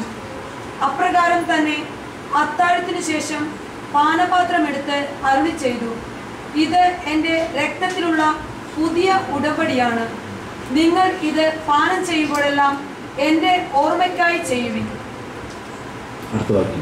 നിങ്ങൾ ഈ അപ്പം ഭക്ഷിക്കുകയും ഈ പാത്രത്തിൽ നിന്ന് പാനം ചെയ്യുകയും ചെയ്യുമ്പോഴെല്ലാം കർത്താവിന്റെ മരണം അവന്റെ പ്രത്യാഗമനം വരെ പ്രഖ്യാപിക്കുകയാണ് ചെയ്യുന്നത്. കർത്താവിന്റെ പ്രത്യാഗമനം വരെയും എല്ലാ സഭകളിലും നടക്കേണ്ട ദൈവ കൽപ്പനയുടെ ദൈവം കൽപ്പിച്ചു നൽകിയ ദൈവിക പ്രബോധനത്തിന്റെ ആവിഷ്കാരമാണ് അപ്പം മുറിക്കലും പാനപാത്രത്തിന്റെ ആശീർവാദവും. Praise the Lord. ഹല്ലേലൂയ, ഹല്ലേലൂയ. എന്നുവരെ കർത്താവിന്റെ പ്രത്യാഗമനം വരെ, അവന്റെ മരണം, അവന്റെ ശരീരത്തിൽ അവൻ വിഭജിച്ചത്, അവൻ വളരെ ചരിത്രത്തിന്റെ മുഹൂർത്തങ്ങളിൽ വളരെ ഫിസിക്കലായിട്ട് വളരെ കൃത്യമായി തന്നെ അതിനെ നമുക്കായി നൽകിയ ആ പുതിയ ഉടമ്പടിയുടെ പൂർത്തീകരണത്തിന്റെ വലിയ സംഭവമാണ് അവരുടെ പ്രത്യാഗമനം വരെയും നാം നിർവഹിക്കേണ്ടതെന്ന് പൗലോസ് അപ്പോസ്തലനിലൂടെ കർത്താവിന്റെ ആത്മാവ് അല്ലെങ്കിൽ കർത്താവ് യേശു ക്രിസ്തു സകല സഭകളെയും പ്രബോധിപ്പിക്കുകയാണ്, പഠിപ്പിക്കുകയാണ്. Price the Lord. ഹല്ലേലൂയ. അതുകൊണ്ട് ഇതൊരു ഓപ്ഷനല്ല, നിർബന്ധമായും എല്ലാ സഭകളും ചെയ്യേണ്ട കാര്യമാണ്. ഹല്ലേലൂയ, ഹല്ലേലൂയ, ഹല്ലേലൂയ. നമുക്ക് 2 തിമോത്തി 1:9 വാക്യം വായിക്കാം. വളരെ ഗൗരവമുള്ള ഒരു വാക്യമാണ്. വിശുദ്ധ കുർബാനയുടെ ആന്തരികതയിലേക്ക് നാം പ്രവേശിക്കുന്നത്. അതിൻ്റെ എന്താണ് അതിൻ്റെ കെമിസ്ട്രി, അതിൻ്റെ ഉള്ളിൽ എന്താണെന്നുള്ളത് നാം കാണാൻ പോകുന്നത്. അതുകൊണ്ട് പ്രിയപ്പെട്ടവരെ ശ്രദ്ധിച്ച് വായിക്കണം. 2 തിമോത്തി 1 തിമോത്തിയോസ് ലേഖനം 1-ാം അധ്യായത്തിന്റെ 9-ാമത്തെ വാക്യം. ഞാൻ എന്താ പറഞ്ഞ 2 തിമോത്തി 1:9. അവിടുന്ന് നമ്മെ രക്ഷിക്കുകയും വിശുദ്ധമായ വിളിയാൽ നമ്മെ വിളിക്കുകയും ചെയ്തിരിക്കുന്നു. ആമേൻ. അത് നമ്മുടെ പ്രവൃത്തികളുടെ ഫലമായിട്ടല്ല, അവിടുത്തെ സ്വന്തം ഉദ്ദേശത്തെ മുൻനിർത്തിയും യുഗങ്ങൾക്ക് മുമ്പ്. ശ്രദ്ധിക്കണമേ, നമ്മുടെ രക്ഷയെ പറ്റി പറഞ്ഞതിന് ശേഷം തുടർന്ന് പറയുകയാണ്, യുഗങ്ങൾക്ക് മുമ്പ്, സമയങ്ങൾക്കും കാലങ്ങൾക്കും ചരിത്രത്തിന് മുമ്പ്, മനുഷ്യ സൃഷ്ടി നടക്കുന്നതിന് മുമ്പ്, യുഗങ്ങൾക്ക് മുമ്പ് യേശുക്രിസ്തുവിൽ നമുക്ക് നൽകിയ കൃപാവരം അനുസരിച്ചാണ് അവൻ നമ്മുടെ രക്ഷയെ പൂർത്തീകരിക്കുന്നത്, രക്ഷയെ നമുക്ക് നൽകുന്നത്. എങ്ങനെ? യുഗങ്ങൾക്ക് മുമ്പ് യേശുക്രിസ്തുവിൽ ദൈവം ഒരുക്കുന്ന കൃപ. ഹല്ലേലൂയ. ഒന്നുകൂടി പറയുകയാണ്, യുഗങ്ങൾക്കും ചരിത്രത്തിന് മുമ്പ് ദൈവപിതാവ് എവിടെയാണ് കൃപ ഒരുക്കിയിരിക്കുന്നത്? യേശുക്രിസ്തുവിൽ. യേശുക്രിസ്തുവിന്റെ മനുഷ്യാവതാരത്തിന് മുമ്പ്, മനുഷ്യൻ പാപം ചെയ്യുന്നതിന് മുമ്പ് യേശുക്രിസ്തുവിൽ ഒരുക്കപ്പെട്ട കൃപയിലൂടെയുള്ള രക്ഷയിലേക്ക്, പ്രവൃത്തിയാലല്ല, വളരെ വ്യക്തമായി അവിടെ പഠിപ്പിക്കുകയാണ്, നമ്മുടെ പ്രവൃത്തികളാലല്ല, ക്രിസ്തുയേശുവിൽ ഒരുക്കപ്പെട്ട കൃപയാൽ നമ്മിലേക്ക് രക്ഷയെ പകരുവാൻ ദൈവം ആഗ്രഹിക്കുന്നു. ദൈവം പദ്ധതി ഒരുക്കി. ഹല്ലേലൂയ. എന്താണ് കൃപ? ഹല്ലേലൂയ. എന്താണ് കൃപ? കൃപ എന്ന് പറയുന്നത് അതിൻ്റെ ഏറ്റവും ആത്യന്തികമായ അർത്ഥത്തിൽ കൃപ എന്ന് പറയുന്നത് ഡിവിനിറ്റി ഇൻ ഹ്യൂമാനിറ്റി ആണ്. ദൈവത്വം മനുഷ്യത്വത്തിലേക്ക് ലയിക്കുന്നതിനാണ് ആ ഒരു പറയുന്ന പ്രോസസ്സിന്, അത് നൽകുന്ന ദൈവത്തിന്റെ പ്രവൃത്തിക്ക് പറയുന്ന പേരാണ് കൃപ എന്ന് പറഞ്ഞാൽ. സോ കൃപ എന്താണ്? കൃപ എന്ന് പറയുന്നത് ഡിവിനിറ്റി, ദൈവികത, ദൈവത്തിന്റെ മുഴുവനും പ്രത്യേകതകൾ എന്ന് പറഞ്ഞാൽ നമ്മിലേക്ക് പകരുവാനായി ദൈവം ആഗ്രഹിക്കുന്ന അവന്റെ പരിശുദ്ധി, അവന്റെ നന്മ, അവന്റെ സമാധാനം, മരണമില്ലാത്ത ദൈവത്തോട് കൂടെ ആയിരിക്കാൻ പറ്റുന്ന നിത്യജീവന്റെ ആനുകൂല്യങ്ങൾ, അനുഗ്രഹങ്ങൾ, അത് എന്താ പറയുക, ഇതുപോലെ മനുഷ്യനായി ദൈവം ഒരുക്കിയിരിക്കുന്ന സകല നന്മകളുടെയും പൂർണ്ണത, അതിനെയാണ് കൃപയുടെ ഡിഗ്നിറ്റി എന്ന വാക്കുകൊണ്ട് ഉപയോഗിക്കുക. അപ്പൊ ദൈവത്വം, മനുഷ്യനായി ദൈവം തരാൻ ആഗ്രഹിക്കുന്ന ദൈവത്വത്തെ മനുഷ്യനിലേക്ക് പകരുന്നതിന് പറയുന്ന പേരാണ് കൃപ എന്ന് പറയുന്നത്. Price the Lord. So grace is dignity in humanity. അതുകൊണ്ട് കൃപയുടെ ആത്യന്തിക രൂപം എന്ന് പറയുന്നത് മനുഷ്യനിൽ ദൈവം ഇറങ്ങിയ സംഭവമാണ്. ഏതാണ് ആ സംഭവം? വചനം മാംസമായി നമ്മുടെ ദിവസം. അപ്പോൾ കൃപയുടെ ഏറ്റവും വലിയ രൂപം എന്താണ്? കൃപയുടെ ആൾരൂപം ആരാണ്? യേശുക്രിസ്തുവാണ്. യേശുക്രിസ്തു എന്താണ് ശരിക്കും? ദൈവത്വം മനുഷ്യത്വത്തിൽ പൂർണ്ണത വന്നതാണ്. അതുകൊണ്ടാണ് യേശു സത്യ ദൈവവും സത്യ മനുഷ്യനുമാണെന്ന് പറയുന്നത്. സത്യ മനുഷ്യനായ നസ്രത്തിലെ യേശുവിലേക്ക് ദൈവത്തെ സമ്പൂർണമായി ഇറങ്ങിയതാണ് യേശു ക്രിസ്തു എന്ന് പറയുന്നത്. അതുകൊണ്ടാണ് യേശുവിനെ ക്രിസ്തു എന്ന പേരും കൂടി ചേർത്ത്, മിശിഹ എന്ന വാക്കും കൂടി ചേർത്ത് വിളിക്കുക. അപ്പൊ യേശു ക്രിസ്തു ദൈവത്വം മനുഷ്യത്വത്തിൽ സമ്പൂർണമായതാണ്. സത്യ ദൈവവും സത്യ മനുഷ്യനുമാണ് യേശു ക്രിസ്തു. അതുകൊണ്ട് കൃപയുടെ അത്യുന്നത രൂപമാണ് യേശു ക്രിസ്തു. അതുകൊണ്ടാണ് പണ്ഡിതന്മാർ പറയുന്നത്, സഭാപിതാക്കന്മാർ പറയുന്നത്, കൂദാശകളുടെ കൂദാശയാണ് യേശു ക്രിസ്തു. കൃപയ്ക്കുമേൽ കൃപയായി വന്നവനാണ് യേശു ക്രിസ്തു. ഹല്ലേലൂയ, ഹല്ലേലൂയ, ഹല്ലേലൂയ. ഈ യേശു ക്രിസ്തുവിന്റെ ഭൗതിക ശരീരമാണ് എന്ത്? സഭ എന്ന് പറയുന്നത്. ഹല്ലേലൂയ. യേശു ക്രിസ്തുവിന്റെ ഭൗതിക ശരീരമാണ് സഭ. അതുകൊണ്ട് സഭയെ കൂദാശകളുടെ കൂദാശ എന്ന് വിളിക്കും. അഥവാ കൃപയുടെ പൂർണ്ണത വിശ്വാസികളിലേക്ക് പകർന്നു നൽകുന്ന ദൈവിക മാധ്യമമായി സഭയെ സഭാപിതാക്കന്മാർ പരിചയപ്പെടുത്തും. അതുകൊണ്ടാണ് സഭയ്ക്ക് വളരെ പ്രാധാന്യമുണ്ട് ഭൂമിയിൽ. ദൈവം 2 സ്ഥാപനങ്ങളെ ഭൂമിയിൽ സ്ഥാപിച്ചിട്ടുള്ളൂ. അത് രണ്ടും വളരെ വിശിഷ്ടവും ശ്രേഷ്ഠവുമാണ്. 1 കുടുംബം, 2 സഭ. രണ്ടിന്റെ ഉദ്ദേശം ഒന്ന് തന്നെയാണ് ഏകദേശം. രണ്ടും വർദ്ധിക്കാൻ വേണ്ടിയുള്ളതാണ്. ദൈവം ആദാമിനോട് പറഞ്ഞു, നീ സന്താനപുഷ്ടിയെ വർദ്ധിക്കണം. എവിടെ? കുടുംബത്തിൽ വർദ്ധിക്കണം. കുടുംബത്തിൽ വർദ്ധിച്ചേ മതിയാവുകയുള്ളൂ. ദൈവ മക്കളാൽ കുടുംബം സമ്പന്നമാകണം എന്ന് ദൈവം നിർബന്ധിക്കുന്നു. കാരണം കുടുംബം ദൈവസ്ഥാപിതമാണ്. അതുപോലെ തന്നെ സഭയെ പറ്റിയുള്ള ദൈവത്തിന്റെ സ്വപ്നമാണ്, ഭൂമിയുടെ അതിർത്തികളോളം നിങ്ങൾ വചനമാകുന്ന വിത്ത് വിതച്ച് സന്താനപുഷ്ടിയുള്ളവരാകണം. അഥവാ ക്രിസ്തുവിന് വേണ്ടി ജനതകളെ നേടണം. അതുകൊണ്ട് അതിൻ്റെയും അർത്ഥം എന്ന് പറയുന്നത്, സഭയുടെ ലക്ഷ്യം എന്ന് പറയുന്നത് സന്താന പുഷ്ടിയുള്ളവരാകുക എന്നുള്ളതാണ്. യേശുക്രിസ്തുവിന്റെ വചനമാകുന്ന അഥവാ സുവിശേഷമാകുന്ന വചനവിത്തിനാൽ അനേക ജനതകളെ ദൈവാത്മാവിൽ വീണ്ടും ജനിപ്പിക്കുവാൻ വേണ്ടിയാണ് സഭയെ ദൈവം സ്ഥാപിച്ചത്. അപ്പൊ സഭ ക്രിസ്തുവിന്റെ ഭൗതിക ശരീരമായിരിക്കുന്നത് കൊണ്ട്, സഭ ക്രിസ്തു കുദാശകളുടെ കുദാശയായിരിക്കുന്നത് കൊണ്ട്, ദൈവത്വത്തിന്റെ സമ്പൂർണമായ മനുഷ്യത്വത്തിലെ പ്രകടനമായിരിക്കുന്നത് കൊണ്ട് അവന്റെ ഭൗതിക ശരീരമായ സഭയും കുദാശകളുടെ ഉറവിടമായി നിൽക്കുകയാണ്. അതുകൊണ്ടാണ് സഭയുടെ ആത്മാവായി പരിശുദ്ധാത്മാവിനെ കൃപയുടെ ആത്മാവ് എന്ന് പത്രോസ് അപ്പോസ്തലൻ തന്റെ ലേഖനത്തിൽ വിളിക്കുന്നത്. ഹല്ലേലൂയ. കൃപയുടെ ആത്മാവ് എന്ന് പറഞ്ഞാൽ സഭയിലൂടെ ദൈവത്തിന്റെ പരിശുദ്ധാത്മാവ് ദൈവത്വം ക്രിസ്തുയേശുവിന്റെ യോഗ്യതയാൽ നമ്മിലേക്ക്, സഭാമക്കളായ നമ്മിലേക്ക്, സഭയെ വീണ്ടും ജനിക്കുന്ന സഭയിലെ മക്കളിലേക്ക് ദൈവാത്മാവിന്റെ ആലയമായി തീരുവാൻ, ക്രിസ്തുയേശുവിന്റെ രക്തത്താൽ മുദ്രിതരാകാൻ മാത്രം അനുസരണയും എളിമയുള്ള മക്കളിലേക്ക് കൃപയൊഴുക്കുന്ന കൃപയുടെ ആത്മാവായി ദൈവത്വം പകർന്നു തരുന്ന, സ്വർഗീയ പ്രവർത്തനങ്ങളെ ഭൂമിയിൽ നിറവേറ്റുന്ന ദൈവിക ശക്തിയായി പരിശുദ്ധാത്മാവ് ഹല്ലേലൂയ സഭയിൽ പ്രവർത്തിക്കുന്നു. വിശ്വാസ സമൂഹത്തിന് പ്രവർത്തിക്കുന്നു. ഈ സമൂഹത്തിൽ ദൈവത്തിന്റെ ആത്മാവ് പ്രവർത്തിക്കുന്നു. അതുകൊണ്ട് പ്രിയപ്പെട്ട ദൈവജനമേ, പ്രാർത്ഥിച്ചുകൊണ്ടിരിക്കുക ഉള്ളിൽ, എന്നിലേക്ക് പരിശുദ്ധാത്മാവേ നിന്റെ കൃപയുടെ പൂർണ്ണത, ദൈവത്വത്തിന്റെ സമ്പൂർണ്ണത, യേശുക്രിസ്തുവിൽ ദൈവം ഹല്ലേലൂയ നിറച്ച ആ ദൈവികത എന്നിലും നിറയ്ക്കണമേ എന്ന് പ്രാർത്ഥിച്ചുകൊണ്ടേയിരിക്കുക. ഹല്ലേലൂയ. ഇതിന്റെ സമ്പൂർണമായ ഭാവമാണ് കുദാശയുടെ അത്യുന്നതമായ രൂപത്തിൽ മുറിക്കപ്പെട്ടവന്റെ അപ്പത്തിലും അവന്റെ ചിന്തപ്പെട്ട രക്തത്തിലൂടെ നമ്മിലേക്ക് ദൈവത്തിന്റെ കൃപയാൽ വളരെ വിശിഷ്ടമായി, വളരെ ശ്രേഷ്ഠമായി, വളരെ അത്ഭുതകരമായി ദൈവം നമുക്ക് കുർബാനയിലൂടെ നമുക്ക് തരുക. അത് ദൈവത്തിന്റെ അത്യുന്നതമായ സ്നേഹത്തിന്റെ ആവിഷ്കാരമാണ്. കാൽവരി യാഗത്തിന്റെ വർത്തമാന കാലത്തിന്റെ ദിവ്യമായ അനുഭവമാണ്, ആത്മീയമായ അനുഭവമാണ്. നിത്യതയിലേക്കുള്ള ഒരു മനുഷ്യാത്മാവിന്റെ പ്രവേശനമാണ് ദൈവാത്മാവിന്റെ കൃപയിൽ വിശുദ്ധ കുർബാനയുടെ സമയത്ത് സംഭവിക്കുക. കാരണം അത് ദൈവത്തിന്റെ തീരുമാനമാണ്. ഇത് മനുഷ്യന്റെ തീരുമാനമല്ല, മനുഷ്യന്റെ ഇച്ഛയല്ല. കുർബാന സ്ഥാപിച്ചത് സഭയല്ല, മാർപ്പാപ്പയല്ല കുർബാന സ്ഥാപിച്ചത്. കുർബാനയുടെ പ്രബോധനം കൊടുക്കുന്നത് സഭയല്ല പ്രിയപ്പെട്ടവരെ, കർത്താവായ യേശുക്രിസ്തുവാണ്. അവന്റെ രണ്ടാമത്തെ വരവ് വരെയും അവന്റെ പ്രത്യാഗമനം വരെയും ചെയ്യപ്പെടണമെന്ന കൽപ്പനയായി, അവസാനത്തെ കൽപ്പനയായി ദൈവം നൽകുന്ന വലിയൊരു ഉടമ്പടിയുടെ ഹല്ലേലൂയ സാക്ഷ്യപത്രമായി വിശുദ്ധ കുർബാന നമ്മുടെ മുമ്പിൽ നിൽക്കുകയാണ്. ഹല്ലേലൂയ, ഹല്ലേലൂയ. ഓർക്കണമേ, അപ്പൊ ദൈവത്തിന്റെ പദ്ധതിയിൽ യേശുക്രിസ്തുവിന്റെ കുരിശുമരണം എന്ന് പറയുന്നത്, യേശുക്രിസ്തു ഒരുക്കപ്പെട്ട കൃപയുടെ പൂർണ്ണത എന്ന് പറയുന്നത് യുഗങ്ങൾക്ക് മുമ്പെയാണ്, മനുഷ്യ സൃഷ്ടിക്ക് മുമ്പെയാണ്. അതുകൊണ്ടാണ് നാം ഇന്നലെ കണ്ടത് എഫേസ്യ ലേഖനം 1:4 ആ ഭൂമിക്ക് അടിസ്ഥാനം ഇടുന്നതിന് മുമ്പ് തന്നെ അവൻ നിങ്ങളെ കുറ്റമറ്റവരായിരിക്കാൻ വേണ്ടി യേശുക്രിസ്തുവിനെ തെരഞ്ഞെടുത്തു എന്ന് പറയുന്നത്. അതുകൊണ്ടാണ് വെളിപാട് പുസ്തകം 13:8 പറയുന്നത്, ലോകസ്ഥാപനത്തിന് മുമ്പേ തന്നെ അറക്കപ്പെട്ട കുഞ്ഞാടിന്റെ ജീവപുസ്തകത്തിൽ പേരെഴുതപ്പെടാത്തവരെല്ലാം വ്യാജ മൃഗത്തിന്റെ പ്രതിമയെ ആരാധിക്കുമെന്ന്. ലോകസ്ഥാപനത്തിന് മുമ്പേ അറക്കപ്പെട്ട കുഞ്ഞാടിന്റെ ജീവപുസ്തകത്തിൽ പേരെഴുതപ്പെടാത്തവരെല്ലാം മൃഗത്തെ ആരാധിക്കുമെന്ന് വെളിപാട് പുസ്തകം പറയാനുള്ള കാരണം അതാണ്.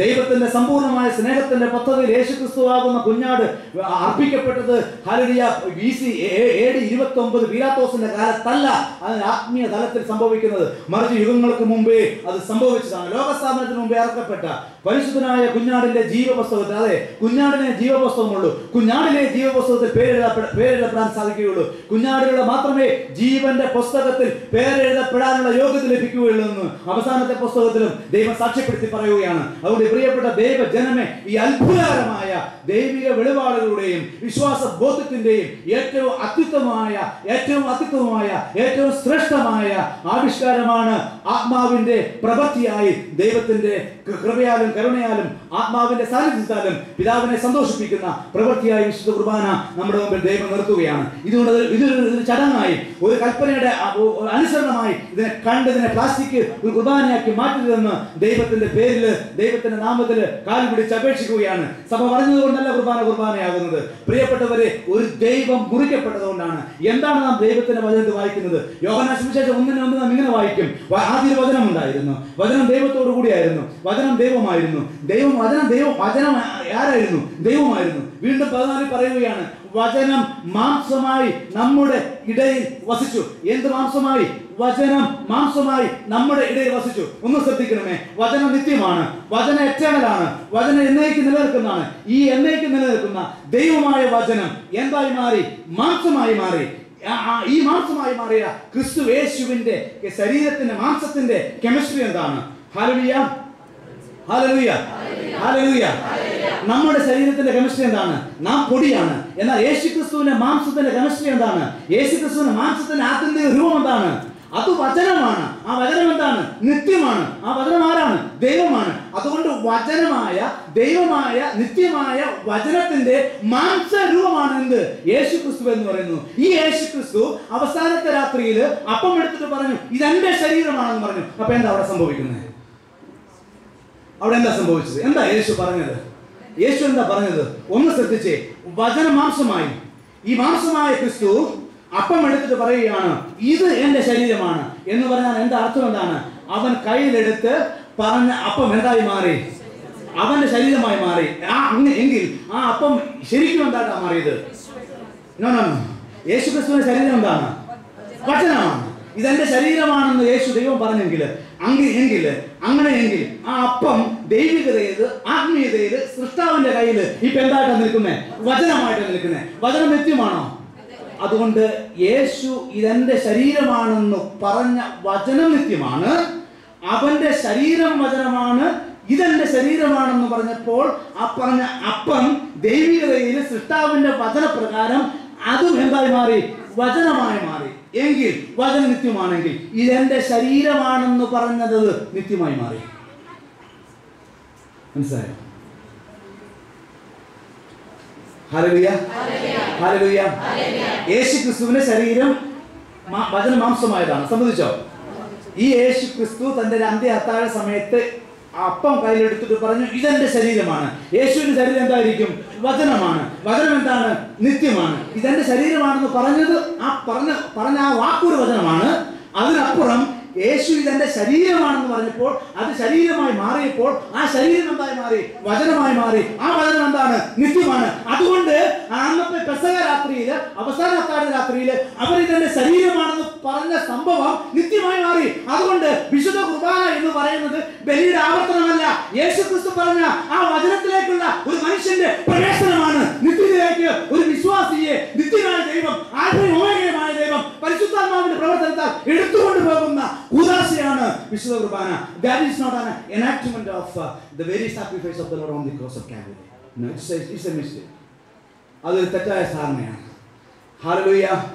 ഭൂമിയിൽ ഇരിക്കുന്ന വിശ്വാസി യേശുവിന്റെ രക്തത്താല് ആത്മാവിൽ നിത്യജീവൻ പ്രാപിച്ച് വീണ്ടും ജന്മം പ്രാപിച്ച് പരിശുദ്ധാത്മാവിനെ ഉള്ളിൽ സ്വീകരിച്ചു കഴിയുമ്പോൾ ആ പരിശുദ്ധാത്മാവ് അവന്റെ ആത്മാവിൽ ആനന്ദമായി വരികയും അവനെ വീണ്ടും ജനിപ്പിച്ച, അവന് വേണ്ടി മരിച്ച ക്രിസ്തു യേശുവിന്റെ നസറായന്റെ പീഡാസഹനത്തിന്റെ കുരിശുമരണത്തിന്റെ അവന്റെ ശരീരരക്തങ്ങളുടെ പുണ്യമായ ഓർമ്മയിലേക്ക് അവനെ കൊണ്ടുവരികയും ചെയ്യുമ്പോഴേക്കും യേശു ക്രിസ്തു ഇതെന്റെ ശരീരമാണെന്ന് പറഞ്ഞുകൊണ്ട് അവന്റെ ശരീരത്തെ നമുക്ക് വേണ്ടി മുറിച്ച അത്യത്ഭുതകരമായ നിത്യതയിലെ സംഭവത്തിലേക്കുള്ള നമ്മളുടെ പ്രവേശനമാണ് വിശുദ്ധ കുർബാന. മറ്റു വാക്കുകളിൽ പറഞ്ഞാൽ ഭൂമി സ്വർഗത്തിലേക്ക് ഉയരുന്നതാണ്. ഒരു ഭൂമിയിലിരിക്കുന്ന ഒരു വിശ്വാസി സ്വർഗീയവാസിയായി സ്വർഗത്തിലേക്ക്, നിത്യതയിലേക്ക്, ടൈംലെസ്നെസ്സിലേക്ക്, ദൈവത്തിന്റെ സമയമായ കെയറോസിലേക്ക്, വ്യക്തി കെയറോസായ ക്രിസ്തുവേശുവിലേക്ക് ഇമ്മേഴ്സഡ് ആകുന്നതാണ്. ബാപ്റ്റിസം, മാമോദിസ മുങ്ങുന്നതാണ് വിശുദ്ധ കുർബാന എന്ന് പറയുന്നത്. അതുകൊണ്ടാണ് മാമോദിസ മുങ്ങാത്തവർക്ക് കർത്താവിന്റെ ശരീരം സ്വീകരിക്കാൻ പറ്റാതെ വരുന്നത്. മാമോദിസയുടെ സമ്പൂർണ്ണത എന്ന് പറയുന്നത് വിശുദ്ധ കുർബാനയാണ്. വിശുദ്ധ കുർബാനയിലേക്ക്, ക്രിസ്തുവിന്റെ ശരീരത്തിലേക്കാണ് ശരിക്കും നമ്മളിപ്പോൾ മുങ്ങുന്നത്. അവിടെ മുങ്ങിയാണ് ദൈവാത്മാവ് നമ്മളെ പൊക്കുന്നത്. ശരിക്കും അതാണ് ആത്മീയ ബാപ്റ്റിസം എന്ന് പറയുന്നത്. ആത്യന്തിക സ്നാനം എന്ന് പറയുന്നത് ക്രിസ്തുവേശുവിന്റെ ശരീരരക്തങ്ങളിലേക്കുള്ള ലയനമാണ്. അതുകൊണ്ട് ഈശോ പറയുന്നത്, ഞാൻ എന്നിൽ വിശ്വസിക്കുന്ന, എന്നെ സ്വീകരിക്കുന്നതിലേക്ക് എന്താ പറയുന്നത്? അവനെന്നിലും ഞാൻ അവനിലും അവനെന്നിലും വസിക്കുന്നു. പ്രിയപ്പെട്ടവരെ, ഒന്നായി തീരുന്ന, ലയിച്ചു തീരുന്ന, അതായത് അവൻ്റെ ശരീരമാകുന്ന വചനത്തിലേക്ക്, വചനമാകുന്ന ശരീരത്തിലേക്ക് അത് നിത്യമായിരിക്കുന്നത് കൊണ്ട് ആ നിത്യതയിലേക്ക് നമ്മെ കൊണ്ടുപോകുന്ന ദൈവിക പ്രവൃത്തിയാണ് വിശുദ്ധ കുർബാന. ഇത് പുറമെ നോക്കിയാൽ ഒന്നും കാണാനില്ല.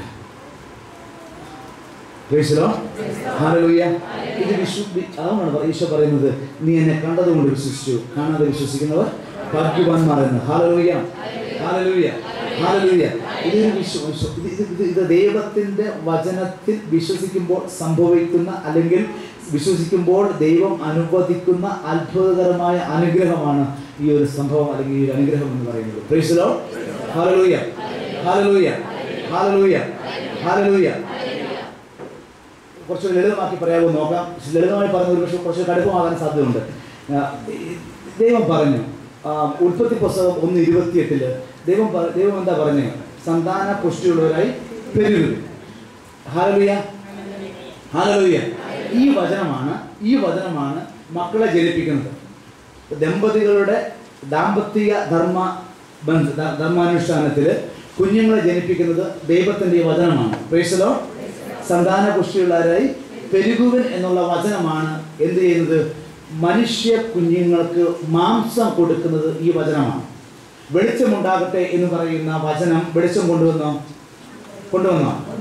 ആകാശത്തെയും ഭൂമിയെയും മറ്റ് സസ്യലതാദികളെയും പക്ഷിമൃഗാദികളെയും ഉണ്ടാകട്ടെ എന്നുള്ള വചനം ദൈവം പറഞ്ഞപ്പോൾ ഉണ്ടായി. അതുപോലെ തന്നെ സന്താനപുഷ്ടി ഉണ്ടാകട്ടെ എന്ന് പറഞ്ഞ ദൈവത്തിന്റെ വചനമാണ് കുഞ്ഞുങ്ങൾക്ക് മാംസം കൊടുക്കുന്നത്. മനസ്സിലാവുന്നുണ്ടോ? ഹല്ലേലൂയ. അപ്പോൾ ദൈവവചനമാണ് മനുഷ്യ മാംസം തരുന്നത്, അല്ലെങ്കിൽ മനുഷ്യനെ മാംസം ധരിപ്പിക്കുന്നത്. മനുഷ്യ ജന്മത്തിന്റെ അടിസ്ഥാനം എന്ന് പറയുന്നത് എന്താണ്? ദൈവത്തിന്റെ വചനമാണ്. ഹല്ലേലൂയ.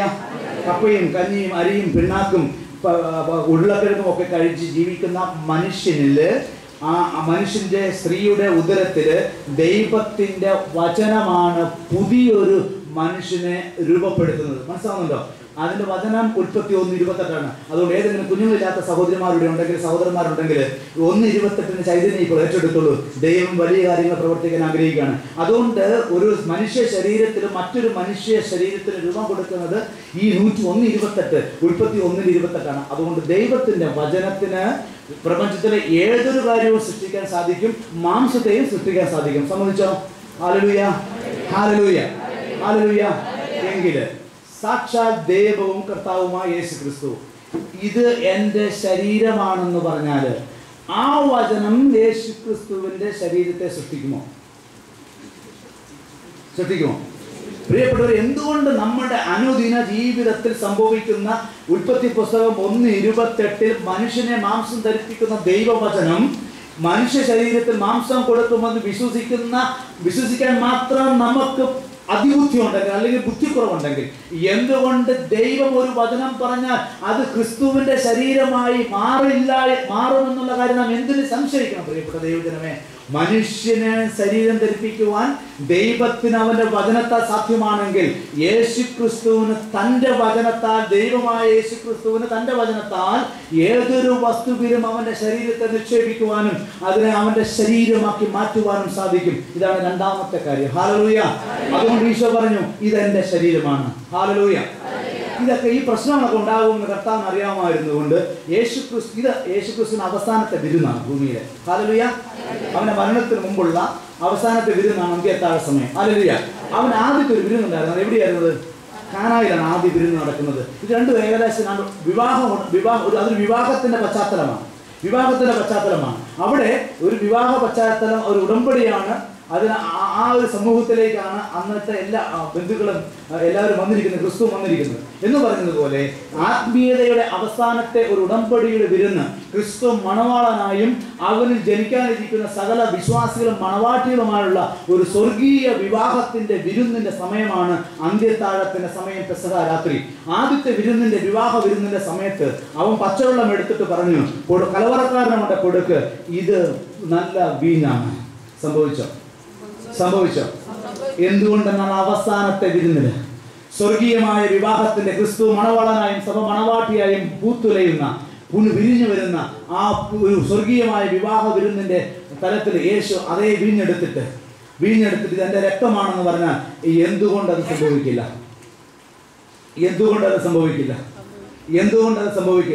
പ്രിയപ്പെട്ടവരെ, ഏതൊരു അവിശ്വാസിയുടെ മുമ്പിലും കാനായിലെ കല്യാണത്തിൽ സംഭവിച്ച അത്ഭുതകരമായ സംഭവം പറഞ്ഞിട്ട് അവന്റെ നാവടപ്പിക്കുവാൻ കഴിവുള്ളവനാണ് ദൈവമെന്ന് തിരിച്ചറിയുക. അതുകൊണ്ട് കർത്താവായ യേശു ക്രിസ്തു ആദ്യമായും അവസാനമായും ചെയ്യുന്ന അത്ഭുതം വസ്തുത മാറ്റമാണെന്ന് തിരിച്ചറിയുവാൻ ദൈവത്തിന്റെ പരിശുദ്ധാത്മാവ് ആവശ്യമാണ്. The very first and the last miracle from the Lord is nothing but transubstantiation.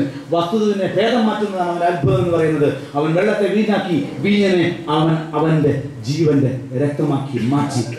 വെള്ളത്തെ വീഞ്ഞാക്കിയത് അവിടെ വിരുന്നിന് വന്നവർക്ക് തൃപ്തി കൊടുക്കാനാണെങ്കിൽ അവൻ അവസാനത്തെ അവന്റെ വിവാഹ വിരുന്നില് അവൻ മണവാളനായിക്കൊണ്ട് നിൽക്കുന്ന, നമ്മൾ ഓരോരുത്തരും മണവാട്ടിയായി നിൽക്കുന്ന അത്യുന്നതമായ സ്വർഗീയ വിരുന്നൊരുക്കിയിട്ട് അവൻ ആ വീഞ്ഞെടുത്ത് അവൻ അവന്റെ രക്തമാക്കിയത് നമുക്ക് ആത്മീയ വിരുന്ന് തരുവാനാണ്, നമ്മളെ സന്തോഷിപ്പിക്കുവാനാണ്, നമ്മൾ വീഴാതിരിക്കുവാനാണ്, നമ്മൾ ബലപ്പെട്ട് നിൽക്കുവാനാണ്. അതുകൊണ്ടാണ് പത്രോസിനോട് ചിലർ ചോദിച്ചു, പുതുവീഞ്ഞ് കുടിച്ചിട്ടാണോ നിങ്ങൾ പ്രസംഗിക്കുന്നത്? അപ്പോൾ പത്രോസ് പറഞ്ഞു, പുതുവീഞ്ഞല്ല ഞങ്ങൾ കുടിച്ചത്, ഞങ്ങൾ കുടിച്ചത് ക്രിസ്തു നൽകിയ പരിശുദ്ധാത്മാവിന്റെ വീഞ്ഞാണെന്ന് പറഞ്ഞു. കാരണം പരിശുദ്ധാത്മാവിന്റെ വീഞ്ഞ് ലഭിക്കണമെങ്കിൽ ഒരുവൻ ക്രിസ്തുയേശുവിന്റെ പരിശുദ്ധ രക്തം കുടിച്ചിരിക്കണം. ഹല്ലേലൂയ. പരിശുദ്ധ രക്തത്താൽ വീണ്ടെടുക്കപ്പെട്ടിരിക്കണം. ഹല്ലേലൂയ. ഹല്ലേലൂയ. പ്രിയപ്പെട്ട ദൈവജനമേ, അത്ഭുതകരമായ ഒരു ദൈവീയ സ്നേഹത്തിന്റെ പ്രവൃത്തിയായി ദൈവം നമ്മളെല്ലാവരെയും മാടി വിളിക്കുന്ന, മാറോട് ചേർക്കുന്ന പ്രവൃത്തിയായി ലോകത്തിൽ ആകാശത്തിന് കീഴിൽ നിൽക്കുന്ന അത്യത്ഭുതകരമായ ദൈവിക സാന്നിധ്യത്തിന്റെ സംഭവമാണ് വിശുദ്ധ കുർബാന. ഹല്ലേലൂയ. മുറിക്കപ്പെടുന്ന ശരീരവും അവന്റെ ആശീർവദിക്കപ്പെടുന്ന പാനപാത്രവും. Praise the Lord. ഹല്ലേലൂയ. ഹല്ലേലൂയ. ഹല്ലേലൂയ. ഹല്ലേലൂയ. വീണ്ടും പ്രിയപ്പെട്ട ദൈവജനമേ, പാപവും മരണവും എങ്ങനെ വന്നു ഭൂമിയിലേക്ക്? ഒരു കനിയിലൂടെ, ഒരു ഭക്ഷണത്തിലൂടെയാണ്. സിംബോളിക്കായിട്ടാണെങ്കിൽ പോലും, പ്രതീകാത്മകമായിട്ടാണെങ്കിൽ പോലും പാപം ഈ ഭൂമിയിലേക്ക് കടന്നു വരുന്നത് നമ്മളെല്ലാവരും വിശ്വസിക്കുന്നു. ഇവിടെ ഇരിക്കുന്ന സകലരും വിശ്വസിക്കുന്നു. റോമാലേഖനം 5:12 പറയുകയാണ്, ഒരു മനുഷ്യൻ മൂലം പാപവും പാപം മൂലം മരണവും ഭൂമിയിലേക്ക് കടന്നു വന്നു. ഒരു മനുഷ്യൻ മൂലം പാപവും പാപം മൂലം മരണവും കടന്നു വന്നു. ആരാണ് ഈ മനുഷ്യൻ? ആദാമാണ് ഈ മനുഷ്യൻ. ആദാമിലൂടെയാണ് പാപവും മരണവും ഈ ഭൂമിയിലേക്ക് കടന്നു വന്നത്. എങ്ങനെയാണ് ആദാം പാപത്തെ, മരണത്തെ ഭൂമിയിലേക്ക് കൊണ്ടുവന്നത്? വിലക്കപ്പെട്ട കനി ഭക്ഷിച്ചു. ഞാൻ ചോദിക്കട്ടെ, വിലക്കപ്പെട്ട ഒരു കനി ഭക്ഷിച്ചാൽ പാപവും മരണവും കടന്നു വരുമെങ്കിൽ എന്തുകൊണ്ട് ദൈവത്തിന് സാത്താനെ പരാജയപ്പെടുത്തുവാൻ, മനുഷ്യനെ ചതിക്കുവാൻ, മനുഷ്യനെ വീഴ്ത്തുവാൻ, മനുഷ്യനെ കെണിയിൽപ്പെടുത്തി വളരെ പെട്ടെന്ന് വളരെ ലളിതമായ മാർഗത്തിൽ, മനുഷ്യന് അവിശ്വസനീയമായ മാർഗത്തിൽ ഒരു കനി ഭക്ഷിപ്പിച്ച് അവനെ വഞ്ചിച്ച് അവനെ മരണത്തിലേക്കും പാപത്തിലേക്കും കെണിയൊരുക്കിയ സാത്താന്റെ ബുദ്ധിയെ വെല്ലുന്ന അതിബുദ്ധി ഉപയോഗിക്കുന്ന ദൈവത്തിന് എന്തുകൊണ്ട് ഇങ്ങനെ തോന്നിക്കൂടാ? എന്നാൽ മറ്റൊരു ഫലം തന്ന് ഞാൻ പാപത്തെയും മരണത്തെയും, മറ്റൊരു ഭക്ഷണത്തെ നൽകി ഞാൻ പാപത്തെയും മരണത്തെയും തകർക്കുമെന്ന് സാത്താനെ വെല്ലുവിളിക്കുവാൻ ദൈവത്തിന് തോന്നിയാൽ നാം എന്തിനാണ് ദൈവത്തെ വെല്ലുവിളിക്കുന്നത്? അവിശ്വാസം കാണിച്ച്. Price the Lord. ഹല്ലേലൂയ. അതുകൊണ്ട് യേശു ദൈവം രക്ഷ സാത്താനെ അതിബുദ്ധിമാനായ ദൈവം വളരെ നിസ്സാരമായി അതിനും വലിയൊരു കുടുക്കിട്ട് തോൽപ്പിച്ചു. കാൽവരിയിൽ ദൈവം നട്ട ജീവവൃക്ഷത്തിന്റെ ആ മരത്തിന്റെ ഫലം കഴിക്കുന്നവൻ നിത്യമായി ജീവിക്കുമെന്ന് യഹോവ തീരുമാനിച്ച് സാത്താന്റെ ബുദ്ധിയെ അവൻ കെടുത്തി കളഞ്ഞു. എനിക്കും നിങ്ങൾക്കും വേണ്ടി കുരിശിൽ അവനൊരു അപ്പം ഉണ്ടാക്കി. സ്വർഗത്തിന്റെ അപ്പം, ജീവന്റെ അപ്പം, ജീവരക്തം. അതും പറഞ്ഞു, നിങ്ങൾ വാങ്ങി ഭക്ഷിക്കുവിൻ, നിങ്ങൾ വാങ്ങി കുടിക്കുവിൻ. സാത്താനെ തകർക്കുന്ന ജീവവൃക്ഷമായി, ജീവനപ്പമായി, ജീവരക്തമായി, ജീവന്റെ പാനീയമായി ക്രിസ്തു അവനെ മുറിച്ചെങ്കിൽ ആ വലിയ സ്നേഹത്തിന് മുമ്പിൽ, ആ അതിബുദ്ധിയുടെ മുമ്പിൽ, അത്യുന്നത ജ്ഞാനത്തിന് മുമ്പിൽ, ആ വലിയ പ്രവൃത്തിയുടെ മുമ്പിൽ മുട്ടുകുത്തി, ദൈവമേ നീ എന്നെ സ്നേഹിച്ചല്ലോ, നീ രക്ഷയെ ഇത്ര ലളിതമാക്കി തന്നല്ലോ, എന്റെ ഉള്ളം കയ്യിൽ രക്ഷ തരുവാൻ മാത്രം, എന്റെ നാവിൻ തുമ്പിൽ രക്ഷ ഒതുക്കി തരുവാൻ മാത്രം, നാവിലൂടെ വായിലൂടെ കടന്നു വന്ന പാപമരണങ്ങളെ നിന്റെ പരിശുദ്ധ ശരീരരക്തങ്ങളിലൂടെ അതേ രീതിയിൽ സാത്താനെ പരാജയപ്പെടുത്തി, അതേ തന്ത്രത്തിൽ അവനെ വീഴ്ത്തി, എനിക്ക് സൗജന്യമായി ജീവനും രക്ഷയും നൽകുവാൻ നീ എന്നെ സ്നേഹിച്ചതിന് അപ്പോൾ നിനക്ക് നന്ദി. എനിക്ക് വേണ്ടി മുറിഞ്ഞവനെ നിനക്ക് സ്തോത്രം. രക്ഷയെ സാധ്യമാക്കുന്ന എന്റെ കൃപയുടെ ആത്മാവേ, ദൈവാത്മാവേ, നിനക്ക് വന്ദനം എന്ന് പറയുവാൻ എന്തുകൊണ്ട് നമുക്ക് മടി? പ്രിയപ്പെട്ട ദൈവജനമേ, ഇത്രയും അത്ഭുതകരമായ രക്ഷയെ ഇത്രയും ലളിതമാക്കി തന്ന, രക്ഷയെ ഇത്രയും സുന്ദരമാക്കി തന്ന, രക്ഷയെ, ജീവനെ, സമാധാനത്തെ, അവന്റെ സാന്നിധ്യത്തെ ഉള്ളം കയ്യിൽ വെച്ച് തന്ന ദൈവിക സ്നേഹത്തെ നമ്മൾ എന്തിന് തിരിഞ്ഞു നിന്ന് കർത്താവെ, പ്രിയപ്പെട്ടവരെ അവഹേളിക്കണം? അതുകൊണ്ടായിരിക്കാം ഒരുപക്ഷെ പ്രവാചകനിലൂടെ ദൈവം പറഞ്ഞത് നീ എൻ്റെ ഉള്ളം കയ്യിലുണ്ടെന്ന്. അതുകൊണ്ട് ദൈവം അവനെ തന്നെ നമ്മുടെ ഉള്ളം കയ്യിലേക്ക് വെച്ചു തരുവാൻ മാത്രം വിശ്വാസം കാണിക്കുകയാണ്. അവനെ ഉള്ളം കയ്യിൽ സ്വീകരിക്കുന്നവർ, അവനെ ജീവന ആത്മാവിൽ സ്വീകരിക്കുന്നവർ, അവൻ ദൈവത്തിന്റെ ഉള്ളം കയ്യിലേക്ക് സ്വന്തം മുഖചിത്രം എഴുതി ചേർക്കുകയാണ്. ഹല്ലേലൂയ, ഹല്ലേലൂയ, ഹല്ലേലൂയ, ഹല്ലേലൂയ. വീണ്ടും ഉൽപ്പത്തി പുസ്തകം വിശുദ്ധ കുർബാനയുടെ ആശീർവാദം. ഉൽപ്പത്തി പുസ്തകം 3:15 സംഭവിച്ചു കഴിഞ്ഞു. നമ്മൾ കഴിഞ്ഞ 2 ദിവസങ്ങൾ നമ്മൾ കണ്ടതാണ്. പ്രിയപ്പെട്ടവരെ, സ്ത്രീയുടെ സന്തതി നിന്റെ തലയെ തകർക്കും, നീ എന്നാൽ അവന്റെ കുതികാലിൽ പരിക്കേൽപ്പിക്കും. സാത്താൻ യേശുവിന് കൊടുത്ത പരിക്കാണ് അവന്റെ കുരിശിലെ മരണം, അവന്റെ പീഡാസഹനം, അവൻ്റെ ശരീരത്തിലെ മുറിവുകൾ, അവൻ്റെ വേദന, മാനസികമായ അവൻ്റെ സംഘർഷം, അവൻ്റെ ശിരസിലേറ്റ മുറിവുകൾ, അവൻ്റെ തിരുഹൃദയത്തിലേറ്റ മുറിവുകൾ, അവൻ്റെ പാദങ്ങളിലും ശരീരവാസ്തകളിലുമേറ്റ മുറിവുകളെല്ലാം അവൻ സാത്താൻ അവൻ്റെ കാലിലേൽപ്പിച്ച മുറിവാണ്. ഹല്ലേലൂയ, ഹല്ലേലൂയ, ഹല്ലേലൂയ. അതുകൊണ്ട് വീണ്ടും നമ്മൾ ഇന്നലെ കണ്ടതാണ്, ദൈവത്തിൻ്റെ കുഞ്ഞാടായി നിൽക്കുന്ന ക്രിസ്തുയേശുവിൻ്റെ നിഴലായി പഴയ നിയമത്തിൽ ഒരു ആടിനെ ദൈവം കൊന്നു, ഒരു മൃഗത്തെ ദൈവം കൊന്നു, അതിൻ്റെ രക്തമൊലിക്കുന്ന തോലെടുത്ത് ആദ്യ മനുഷ്യൻ്റെ പാപശാപങ്ങളെ, നഗ്നതയെ, ആത്മാവിൻ്റെ നഗ്നതയെ, നീതിക്കേടിനെ, ആൺറൈച്ചസിനെ, അയോഗ്യതയെ മാറ്റിയ സംഭവം നാം വായിച്ചതാണ്. പ്രൈസ് ദി ലോർഡ്, ഹല്ലേലൂയ. അതിനടുത്ത അധ്യായത്തിൽ അത് ആദ്യമായി ഒരു ബലിയുടെ മാനുഷിക വിവരണം കാണുന്നുണ്ട്. ഹല്ലേലൂയ. 2 ബലികൾ, കായന്റെ ബലിയും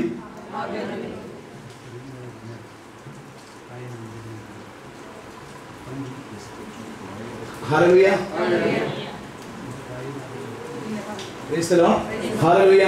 പ്രിയപ്പെട്ട ദൈവജനമേ, അവിടെ വലിയൊരു അർപ്പണം, ഒരു യാഗം സംഭവിക്കുകയാണ്, ബലിയർപ്പണം സംഭവിക്കുകയാണ്. ഒന്ന് ശ്രദ്ധിച്ചിരിക്കണം. വളരെയേറെ സന്ദേശം നൽകുന്ന ബൈബിളിലെ ഏറ്റവും കരുത്തുറ്റൊരു ഭാഗമാണ് ആബേലിന്റെയും കായന്റെയും ബലിയെ പറ്റിയുള്ള ഉൽപ്പത്തി പുസ്തകം 4-ാം അധ്യായത്തിന്റെ വിവരണം. ഇവിടെ 2 പേരും ബലിയർപ്പിക്കുകയാണ്. ഒരാളുടെ ബലിയിൽ ദൈവം സംപ്രീതനാകുന്നു, അവരുടെ മറ്റേയാളുടെ കായന്റെ ബലിയിൽ ദൈവം സംപ്രീതനാകുന്നില്ല. എന്താണ് ബൈബിൾ അതിന് കാരണം പറയുന്നത്? കായന്റെ ബലിയിൽ ദൈവം സംപ്രീതനാകുന്നില്ല.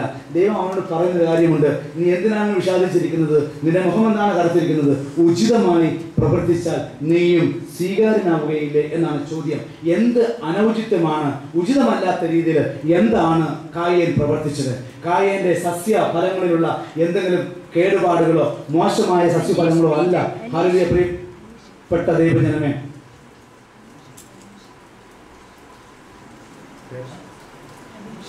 അനീഷ, ആരാണ് അനീഷ?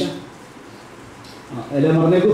പ്രിയപ്പെട്ട ദൈവജനമേ, നമ്മൾ കായനെ പറ്റി പറയുകയാണ്. കായനെ ഉചിതമായി പ്രവർത്തിച്ചിരുന്നെങ്കിൽ കായൻ സ്വീകാര്യനാകുമെന്ന് ദൈവം പറയുകയാണ്. പ്രിയപ്പെട്ടവരെ, കായന്റെ ബലിവസ്തുക്കളിലുള്ള പ്രശ്നമല്ല കായനെ ദൈവം തിരസ്കരിക്കാൻ അഥവാ കായനെ അസ്വീകാര്യനാകാൻ കാരണം. ഒരു തരത്തിലുള്ള പച്ചക്കറികളോ സസ്യഫലങ്ങളോ അല്ല അവന് ഒരു കാഴ്ചവെച്ചത്. അന്ന് എൻഡോസൾഫാനോ മലിനമാക്കപ്പെട്ട പ്രകൃതിയൊന്നുമില്ല. അന്ന് എന്ത് വളർന്നാലും നല്ല വിളവേ ഉണ്ടാവുകയുള്ളൂ. പ്രിയപ്പെട്ട ദൈവജനമേ, വിളവിൻ്റെ പ്രശ്നമല്ല, മോശമായ വിളവിൻ്റെ പ്രശ്നം കൊണ്ടല്ല ദൈവം കായന്റെ ബലിയെ തിരസ്കരിച്ചത്. ബൈബിൾ അങ്ങനെ പറയുന്നില്ല. പ്രിയപ്പെട്ട ദൈവജനമേ, പക്ഷേ അവിടെ ഒരു പ്രശ്നമുണ്ട്. കായൻ ദൈവവിശ്വാസിയായിരുന്നു. നിങ്ങൾ ഇങ്ങോട്ട് നോക്കിക്കോളൂ, എങ്ങോട്ട് നോക്കണ്ട. കായനും ദൈവവും തമ്മിൽ സംസാരിക്കുന്നുണ്ട്. കായൻ ദൈവവിശ്വാസിയായിരുന്നു. എന്നിട്ടും ആ വിശ്വാസം ദൈവസന്നിധിയിൽ സ്വീകാര്യമാകുവാൻ കായനെ സഹായിച്ചില്ല. ദൈവം പറയുന്നത്, ഉചിതമായി പ്രവർത്തിച്ചാൽ നീയും സ്വീകാര്യനാവുകയില്ലേ. ഈ സ്വീകാര്യനാവുക എന്ന വാക്കൊന്ന് ശ്രദ്ധിക്കണമേ. ഇതിനാണ് ബൈബിളിൽ യോഗ്യത എന്ന് പറയുന്നത്. ദൈവസന്നിധി നിൽക്കുവാനുള്ള യോഗ്യത, അഥവാ കഴിഞ്ഞ ദിവസം നാം കണ്ടു റൈച്ചസ്നെസ് എന്ന വാക്ക് നാം കണ്ടു. ദൈവസന്നിധി നിൽക്കുവാനുള്ള യോഗ്യത അഥവാ സ്വീകാര്യനാകുവാൻ വേണ്ടി ഒരു പ്രത്യേക കാര്യം ചെയ്യണമെന്നാണ് ദൈവം ആഗ്രഹിക്കുന്നത്. ആബേൽ അത് ചെയ്തു, എന്നാൽ കായൻ അത് ചെയ്തില്ല. എന്താണ് കായന്റെ ഭാഗത്തുണ്ടായ വീഴ്ച? കായൻ ദൈവവിശ്വാസിയായിരുന്നു. കായൻ ദൈവത്തോട് സംസാരിക്കുന്നുണ്ട്. അതുകൊണ്ട് പ്രിയപ്പെട്ട ദൈവജനമേ, ദൈവത്തോട് സംസാരിക്കുന്നു അഥവാ പ്രാർത്ഥിക്കുന്നു എന്നുള്ളതല്ല ദൈവസന്നിധി സ്വീകാര്യനാകാനുള്ള കാര്യം. ദൈവത്തെ വിശ്വസിക്കുന്നു എന്നുള്ളതല്ല ദൈവത്തെ സ്വീകാര്യനാകാനുള്ള യോഗ്യത എന്ന് പറയുന്നത്. ഇവിടെ കൃത്യമായി കായനോട് സംസാരിക്കുന്ന ദൈവമാ പറയുന്നത് നീ സ്വീകാര്യനല്ല എന്ന്. കാരണം എന്താണ് പ്രിയപ്പെട്ടവരെ? 2 കാരണങ്ങളാണ്. ഒന്ന്, ഹല്ലേലൂയ, ഹെബ്രായ ലേഖനം 11:4 പറയും, അവിശ്വാസം കാരണം കായന്റെ ബലി ദൈവം സ്വീകരിച്ചില്ല. അഥവാ വിശ്വാസിയായി വിശ്വാസത്താൽ ആബേൽ ബലിയർപ്പിച്ചതുകൊണ്ട് ആബേൽ സ്വീകാര്യനായി, കായൻ തിരസ്കൃതനായി. എന്തായിരുന്നു അവിശ്വാസങ്ങളുടെ പ്രശ്നം? ആബേൽ വിശ്വാസത്താൽ ബലിയർപ്പിച്ചു, കായൻ അവിശ്വാസത്താൽ ബലിയർപ്പിച്ചു. എന്തായിരുന്നു കായന്റെ അവിശ്വാസം? എന്തായിരുന്നു ആബേലിന്റെ വിശ്വാസം? കായൻ ദൈവവിശ്വാസിയായിരുന്നു, ആബേൽ ദൈവവിശ്വാസിയായിരുന്നു. പക്ഷേ ആ വിശ്വാസത്തെ പറ്റി അല്ല ബൈബിൾ പറയുന്നത്. പ്രിയപ്പെട്ടവരെ, ആ ഒരു വിശ്വാസമല്ല ഒരുവനെ രക്ഷിക്കാൻ പോകുന്നത്, ദൈവത്തെ സ്വീകാര്യനാക്കാൻ പോകുന്നു. അതുകൊണ്ട് വളരെ പ്രധാനപ്പെട്ടതാ, ശ്രദ്ധിച്ചിരിക്കണമേ. ദൈവസന്നിധി ബലിയർപ്പിക്കുമ്പോൾ നിർബന്ധമായി നമുക്കുണ്ടായിരിക്കേണ്ട ഒരു വിശ്വാസ തലത്തെപ്പറ്റി ഉൽപ്പത്തി പുസ്തകം 4-ാം അധ്യായത്തിൽ തന്നെ ദൈവം പഠിപ്പിക്കുകയാണ്. ആബേൽ എന്താണ് ദൈവസന്നിധി ബലി അർപ്പിക്കുന്നത്? ജീവനുള്ള മൃഗത്തെയാണ്, അഥവാ അതിൻ്റെ രക്തമാണ് ആബേൽ ദൈവസന്നിധി ബലിയർപ്പിക്കുന്നത്. എന്തുകൊണ്ടാണ് ആബേൽ രക്തബലി അഥവാ മൃഗബലി അർപ്പിക്കാൻ കാരണം? ആബേലിന് ആ വിശ്വാസം ഉണ്ടായിരുന്നു. അവൻ്റെ അപ്പനും അമ്മയും പറഞ്ഞ് പഠിപ്പിച്ച കാര്യങ്ങൾ, അവൻ്റെ അപ്പനോടും അമ്മയോടും വരാനിരിക്കുന്ന മിശിഹായെ പറ്റി ദൈവം പറഞ്ഞ കാര്യങ്ങൾ അവർ തങ്ങളുടെ മക്കൾ ആബേലിനോടും കായേനോടും പറഞ്ഞ് പഠിപ്പിച്ചിരുന്നു. പക്ഷെ ആബേൽ വിശ്വസിച്ചു, ഒരു മിശിഹ വരുമെന്നും അവൻ പെസഹ അവനെ കുഞ്ഞാടായിരിക്കുന്നു, അവനാണ് നമ്മളുടെ നഷ്ടപ്പെട്ട പർദീസ എന്നേക്കുമായി വീണ്ടെടുത്ത് നമുക്ക് നിത്യജീവൻ തരുന്ന ദൈവത്തിൻ്റെ യാഗവർഗമായി ദൈവം തന്നെ മനുഷ്യനായി ഒരു കുഞ്ഞാടായി കടന്നു വരുമെന്നും ദൈവം ആദാമിനെയും ഹവ്വയെയും പഠിപ്പിച്ച ആത്മീയ സത്യം ആബേലിനെയും കായേനെയും വേദപാഠ ക്ലാസ്സിലിരുത്തി ആദാമും ഹവ്വയും പഠിപ്പിച്ചു. പക്ഷേ കായേൻ വിശ്വസിച്ചില്ല, ആബേൽ വിശ്വസിച്ചു. അതുകൊണ്ട് ഒരിക്കൽ വരാനിരിക്കുന്ന മിശിഹായുടെ കുരിശിലെ യാഗത്തെ മുന്നിൽ കണ്ടുകൊണ്ട് രക്തബലി അവൻ ദൈവസന്നിധിയിൽ അർപ്പിച്ചു. യഥാർത്ഥത്തിൽ മൃഗബലി ആബേൽ അർപ്പിക്കുന്ന സമയത്ത് അവൻ്റെ മനസ്സിൽ തിങ്ങി വിങ്ങി നിന്നത് വരാനിരിക്കുന്ന മിശിഹായുടെ രക്തബലിയെ പറ്റിയാണ്, അറക്കപ്പെടാനിരിക്കുന്ന മിശിഹായുടെ പാപപരിഹാര ബലിയെ പറ്റിയാണ്. തന്നെ സ്നേഹിക്കുന്ന മിശിഹായുടെ ആ ബലിയെപ്പറ്റി ആബേൽ ഉള്ളിൽ കൊതിയോടെ വിശ്വാസത്തോടെ കാത്തിരുന്ന് ബലിയർപ്പിച്ചത് കൊണ്ട് അവൻ്റെ ബലി ദൈവസന്നിധി സ്വീകാര്യമായി. അതുകൊണ്ടാണ് മത്തായി സുവിശേഷത്തിൽ ഈശോ പേരെടുത്ത് പറയുന്നുണ്ട്, ആബേൽ നീതിമാനായിരുന്നു എന്ന്. ആബേൽ നീതിമാനായ ആബേലിന്റെ രക്തം മുതൽ ബലിപീഠത്തിനും